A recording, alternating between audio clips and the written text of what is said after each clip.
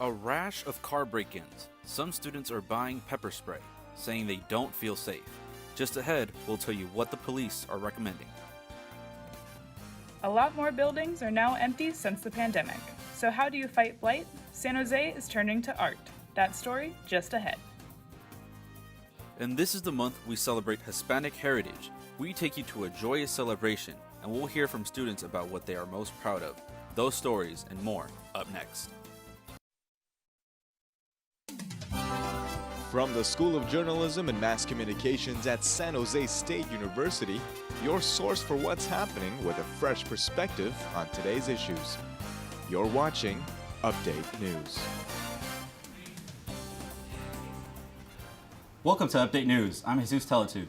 And I'm Brianna Matlaw. San Jose State is an urban campus, so it's not unusual to see homeless walking around. But already this semester, several students have reported incidents where they have been assaulted or harassed. Others report a rash of car break-ins that has left some feeling unsafe, even in broad daylight. Reporter Rodri Smith has the story. Many students were excited to start this fall semester being mostly in person, leaving behind the Zoom University.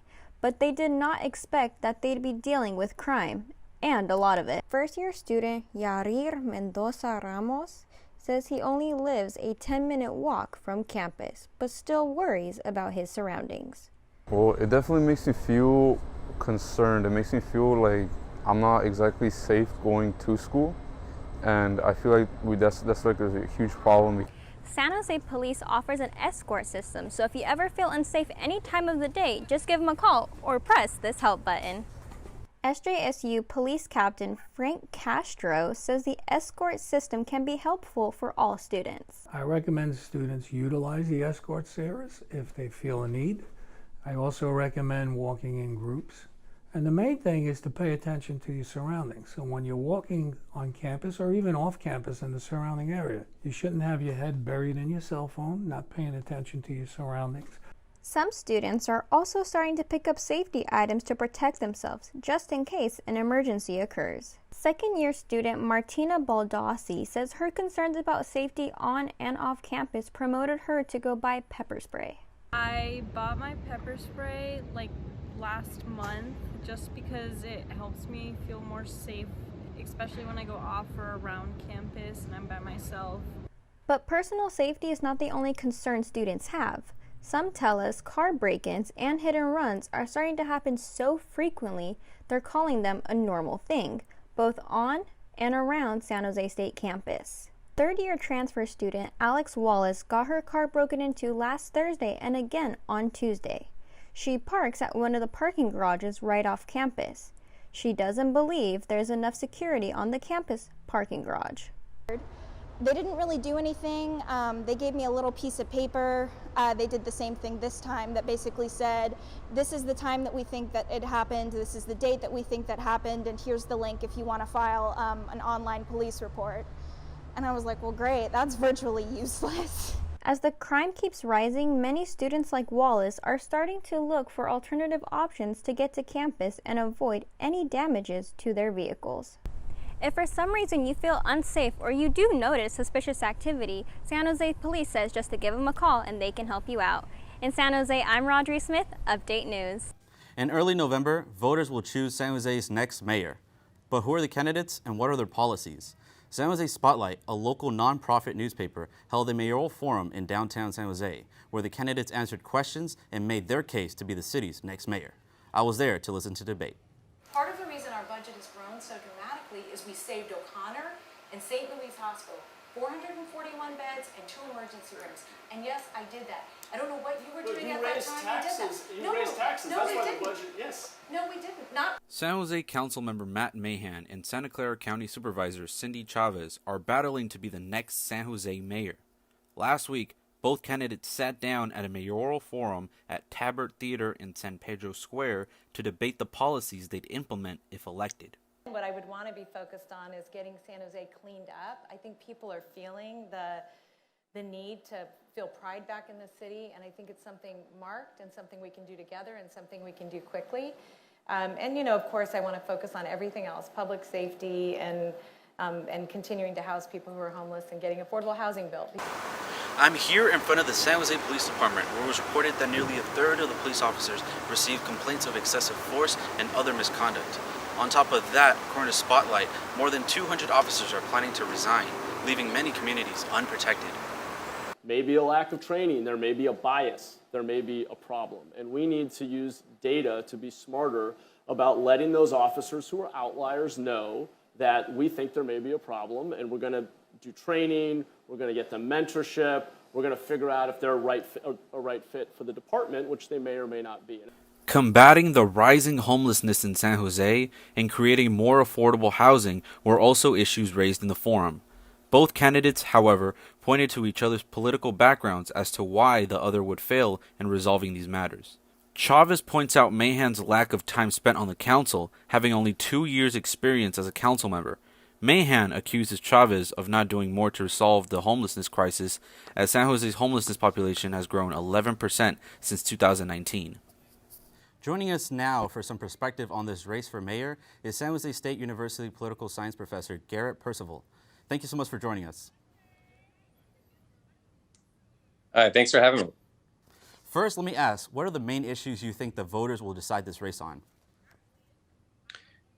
Well, every election cycle, there's a number of issues that are discussed, by the candidates. But this year, I think the primary issues are public safety, homelessness, rising housing costs, and also still trying to recover out of the pandemic in terms of job growth, economic growth, and also a lot of discussion of equity and trying to create opportunity for residents in all parts of the city. Their narrative seems to be a veteran politician versus a newcomer. How does that play with voters? Right. So Matt Mahan, who's a current member of the city council from District 10, has only been in office for about a year and a half. And so he's really running a race that's really kind of challenging the status quo, kind of running against the city current leadership structure in a way, saying that things aren't good enough, that he's going to bring in a fresh set of ideas. Cindy Chavez has been in political office for a long period of time with the county as a member of the county board of supervisors for the past decade, representing big parts of downtown.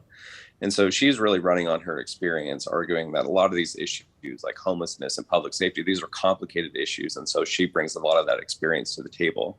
Whereas Mahan is really arguing that the city needs a fresh set of ideas. So this is a sort of a common tactics. We're thinking about experience versus a newcomer, fresh ideas versus, someone who has experience to bring people together within the city, but also bringing between the city and the county. So it's really going to be up to the voters to decide, which one do they give greatest weight to and think that which candidate is going to bring the best ideas to the table. Some political observers see Mahan as the underdog. Does it help to have him have the backing of the current mayor? Well, it's interesting because on one hand, Matt Mahan is running sort of against the current leadership in the sense that, as I just mentioned, that he's going to bring a fresh set of ideas, and then to have the incumbent mayor who's been in office for 8 years being your leading supporter is in some ways a bit awkward. So generally speaking, it's it can cut both ways. A mayor who's leaving office who's not very popular, it's not going to be great to have his or her endorsement. In this case, Liccardo is a prominent figure in San Jose politics. He's raised a lot of money with a political action committee to help support Mahan's campaign.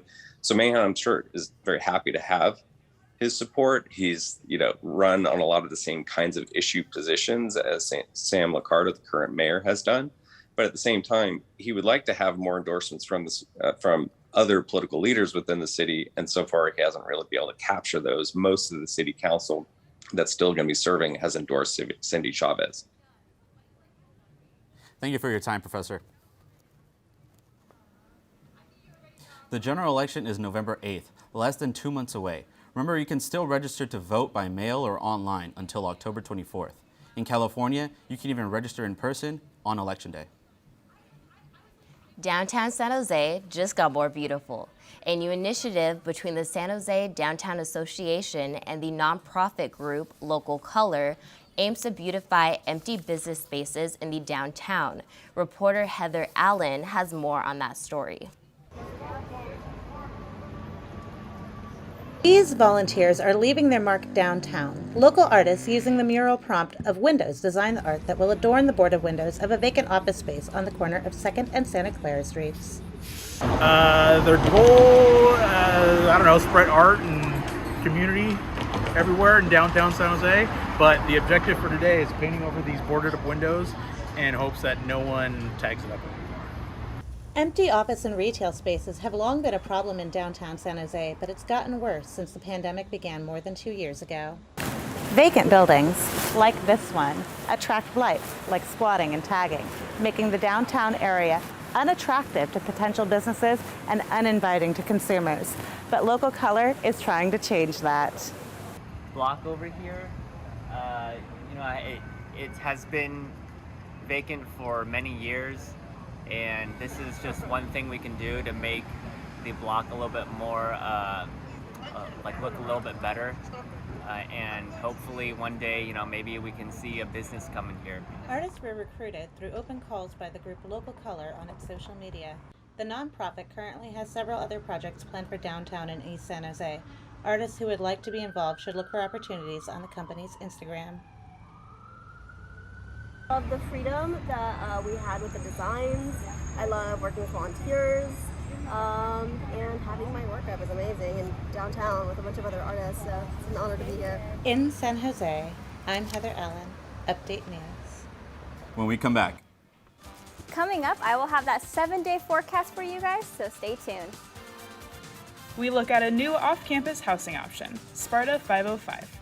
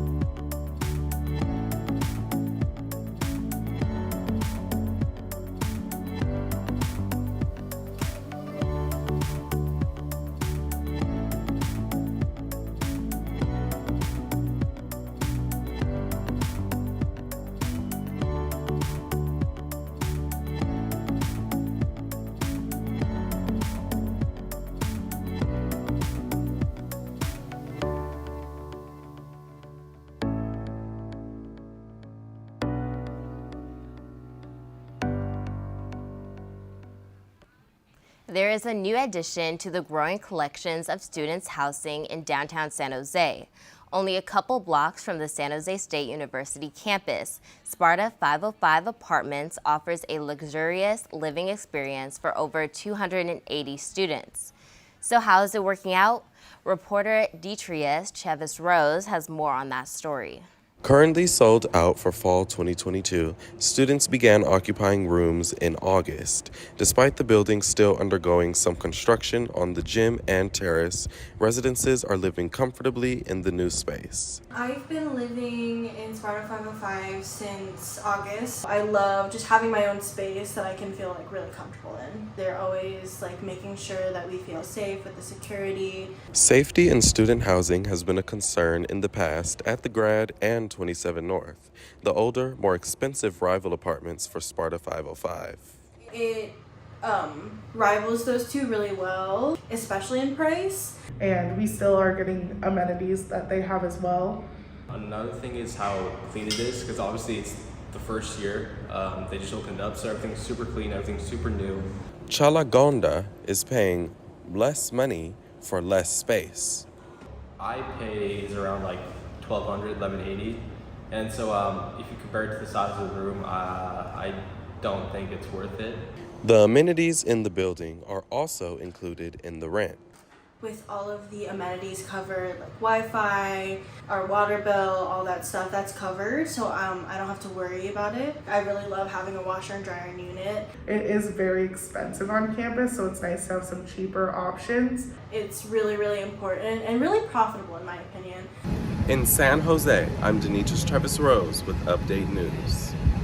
For more than 4 decades, we have celebrated Hispanic Heritage Month. It focuses on Hispanic history, culture, and influence. Celebrations are underway around the Bay Area, and Sandy Santos takes us to one. Hello! National Hispanic Heritage Month is underway. I took to the streets of San Jose to find out how people were celebrating their Latin diversity. September 15 marks the beginning of Hispanic Heritage Month. In this national celebration, Latin and Hispanic countries like Mexico, El Salvador, Chile, Costa Rica, Guatemala, Honduras, and Nicaragua celebrate their independence. Hispanic Heritage Month comes to life with folklore music, dance, food, and tradition. Into learning more about my culture for the last couple of years. I guess my indigenous heritage has been very important to me recently. Although this celebration has recently grown more popular, Hispanic Heritage began in 1968 as a one-week festivity. Then, in 1988, former President Ronald Reagan declared a 30-day observation period. Just like the unity that there is, and to be honest, like our culture is filled with like a lot of history, and I love learning about it. So I just want like people to see the Mexican culture as like something positive, because like I feel like at times there are people who see like our culture as negative, and I also want to advocate for it when I'm. This gives a way for people to continue celebrating their Hispanic roots for generations. And the way I celebrate Hispanic Heritage Month is by going to like very local events here in San Jose. Personally, I love like the culture and the environment, whether it's seeing the folklorico dancers, having everyone together with los tamales, aguas frescas y todo eso.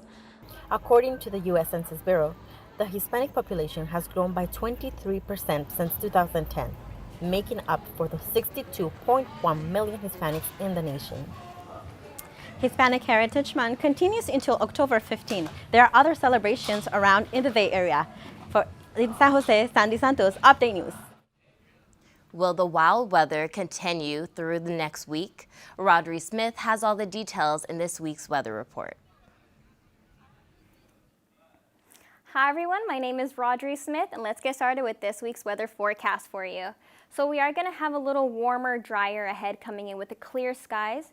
In the valley, about 80 to 90 degrees, so definitely going to be a little bit warmer coming into this weekend.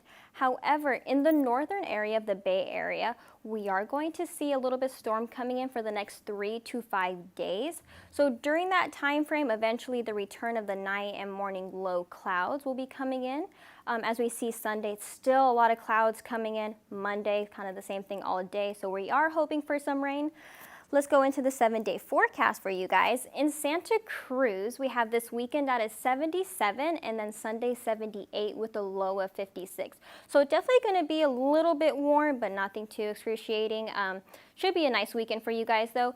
In Oakland, it's definitely going to be warm. We have on Saturday 86 and Sunday 82 with a low of 58. So it is going to be warm for you guys out there in Oakland. In San Francisco, we have on Saturday, it's going to be 80 degrees, and then Sunday a little bit cooler with 75, and then we have a low of 57.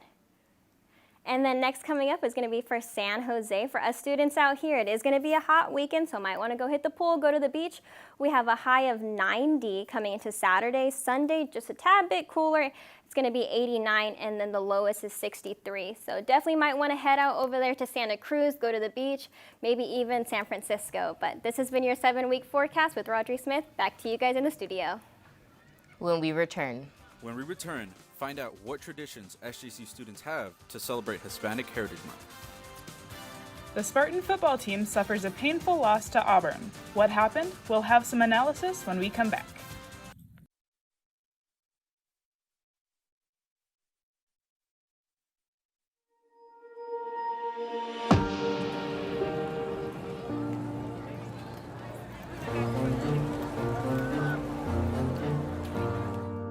At San Jose State, we really do learn by doing. This is my first semester working on our award-winning newspaper, the Spartan Daily. But my whole time here really has been about real-world skill building.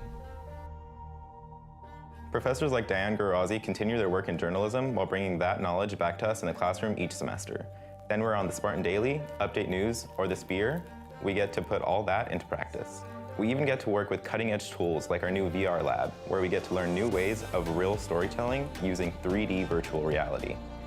Our students have many opportunities to work in newsrooms that function like the ones they will encounter in their professional careers.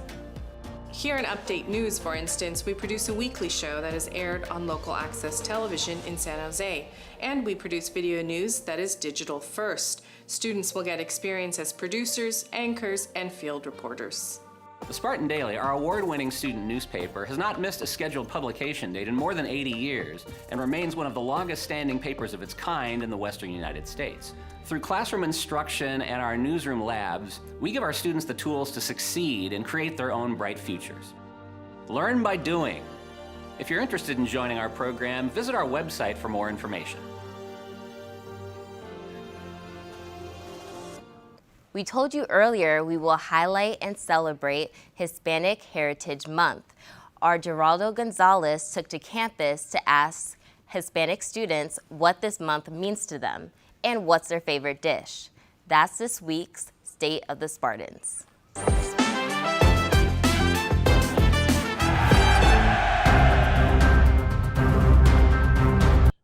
My favorite Hispanic dish would be enchiladas. I like enchiladas. I like the green ones. Yeah, I feel like it means a lot. Like going back with my parents, I know they worked hard for what they achieved as of right now. So, I mean, personally, I feel like it means so much. Just hearing like having this whole month of this whole Heritage Month, I feel like it represents all the Hispanics and all the working parents that are here in the U.S. and in Mexico. The grito would probably mean just like fuerzas, like que le eche gana and stuff like that. So that's a grito, like, you know, like just hearing a grito means like, oh, you got this, you can do this, anything's possible. So I'm Mexican. My favorite dish is chile relleno, which is basically green poblano chili kind of stuffed with cheese, and you eat it in a soup. And so it's my favorite just because I have memories that connect to my grandma, who I dearly love. And so every time I eat it, it reminds me of my childhood. Yeah, I think as a Mexican American, I think it's like really important for me to like celebrate my roots and like my ancestors. And so I think this month is a really good space to just embrace our culture. Like if you're from Central America, from South America, I think it's just a beautiful way to express the differences, but also like the similarities between our countries. And so I think for my family, it's just like a time where we just really own up to who we are as Latino, Hispanic people. And so I love it. I think it's great that we're integrating all of our cultures together.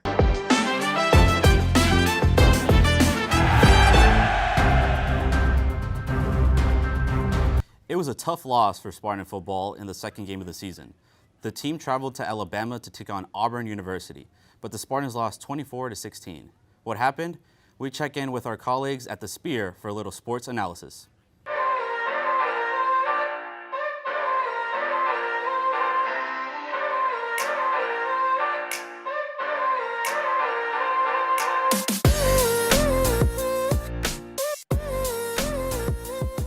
Before Taryn Shiva's onside kick rolled out of bounds with 2 minutes left, it was anybody's ball game. SJSU did end up losing 24-16, but they entered the half up 10-7 and were one possession away from winning it deep into the fourth quarter.